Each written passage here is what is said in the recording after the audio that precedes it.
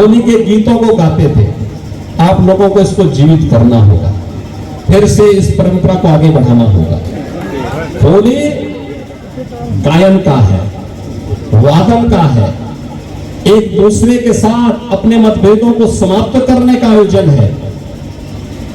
आपसी मतभेदों के साथ मिलकर के, जैसे प्रयागराज की त्रिवेणी में मां गंगा, मां यमुना, मां सरस्वती की त्रिवेणी में हर जाति, हर मत, हर मजहब, हर संप्रदाय, हर पूरे देश के अंदर उत्तर, दक्षिण, पूर्व, पश्चिम या दुनिया के तमाम देशों के लोग आकर के एक ही घाट में स्नान करते थे। कोई भेदभाव किसी के साथ नहीं होता था। यही होली हमें संदेश देता है, एक दूसरे से गले मिलेंगे लेकिन कोई भेदभाव नहीं करेंगे, सबको गले लगाएंगे, अपने मतभेदों को समाप्त करेंगे। और इस आयोजन के साथ हम सब जुड़ने जा रहे हैं। आज होलिका दहन होने जा रहा है। होलिका दहन का मतलब जानते हैं?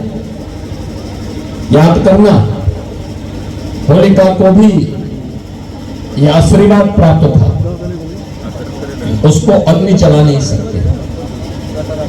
हिरण्यकश्यप भी इसी गुमान में था कि उसे कोई मार नहीं सकता। उसने इतने वरदान ले लिए थे, इतनी शर्तें उसने जोड़ दी थी कि मुझे कोई अस्त्र और शस्त्र नहीं मार सकता, मुझे अग्नि नहीं नष्ट कर सकती, मैं जमीन और आसमान में नहीं मरूंगा। तो भगवान ने उसकी भी युक्ति निकाल दी। घर की देरी में ले जा करके, अपने घुटने में रख करके, अपने पहने नाखून से उसका काम तमाम करने का कार्य कर दिया। इसलिए गुमान में किसी को नहीं रहना चाहिए, अहंकार में कभी नहीं रहना चाहिए। हर व्यक्ति को याद रखना होगा, उसके कर्मों की सजा उसको जरूर मिलेगी, आज नहीं तो कल जरूर मिलेगी। और इस अवसर पर इसीलिए मैंने कहा कि सत्य का मार्ग ही धर्म का मार्ग है। अपने जीवन में उन सन्मार्गों का अनुसरण करके हम आगे बढ़े, लोक कल्याण के पथ पर अपने आप को आगे बढ़ाने। और हमारे लिए सबसे बड़ा धर्म होना चाहिए, वह है अपने राष्ट्र के प्रति समर्पण का भाव, अपने देश के प्रति समर्पण का भाव। इससे बड़ी और कोई भक्ति भावना नहीं हो सकती है। और उस भाव के साथ होली के इस आयोजन के साथ हम जोड़ने के लिए आए हैं। आप इस आयोजन को पूरी शालीनता के साथ आप लोग शोभा यात्रा में रंग और गुलाल डालते हुए जाएंगे।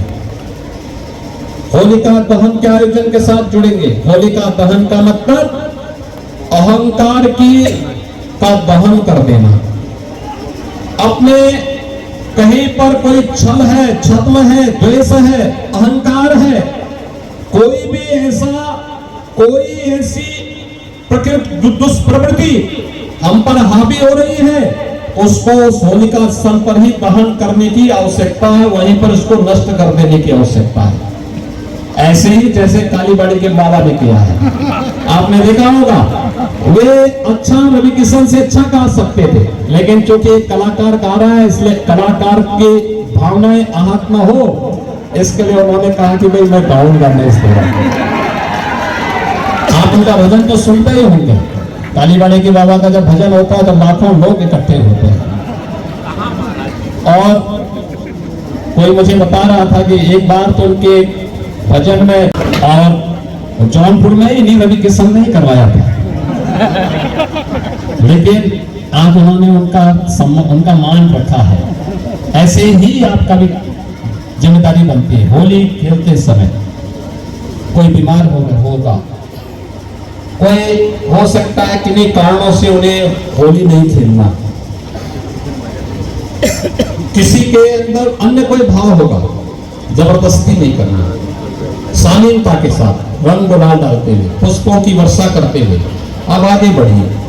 अवसर पर आतिथ्य सत्कार का जो एक अवसर और अपने भावनाओं का परिचय देकर के उत्तर प्रदेश वासियों ने दिया है, वो सचमुच और भी अत्यंत अभिनंदनीय है। मैं इस अवसर पर उत्तर प्रदेश के उन सभी नागरिकों का, उन सभी प्रशासनिक अधिकारियों का, पुलिस कार्मिकों का, सफाई कर्मियों का, स्वास्थ्य कर्मियों का, सिंचाई विभाग के उन सभी अधिकारियों का, पीडब्ल्यूडी के उन सभी कार्मिकों का, विद्युत विभाग के उन सभी अधिकारियों कर्मचारियों का और सभी संबंधित विभागों का, रेलवे हो, परिवहन विभाग से जुड़े हुए हो, नाविक हो, हर तबके के लोगों का, जिन्होंने पूरी ईमानदारी और तत्परता के साथ इस आयोजन को अपना आयोजन बनाया और सफलता के नए प्रतिमान तक पहुंचाने का काम किया, उन सबका हृदय से अभिनंदन करते हुए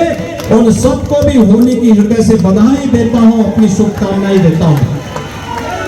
बहनों और भाइयों,